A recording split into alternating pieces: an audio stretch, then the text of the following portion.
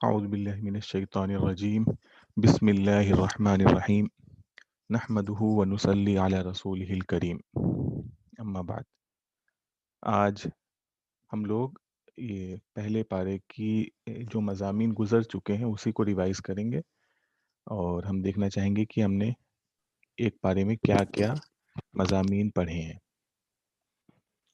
تو سب سے پہلے ہم نے سورہ فاتحہ پڑھی تھی۔ سورہ فاتحہ جو ہے وہ اس کو سورہ فاتحہ اس لیے کہتے ہیں کیونکہ اس سے قرآن کا آغاز ہوا ہے، اور فاتحہ اس چیز کو کہتے ہیں جس سے کسی چیز کو شروع کیا جاتا ہے۔ تو فاتحہ کا مطلب یہ ہے۔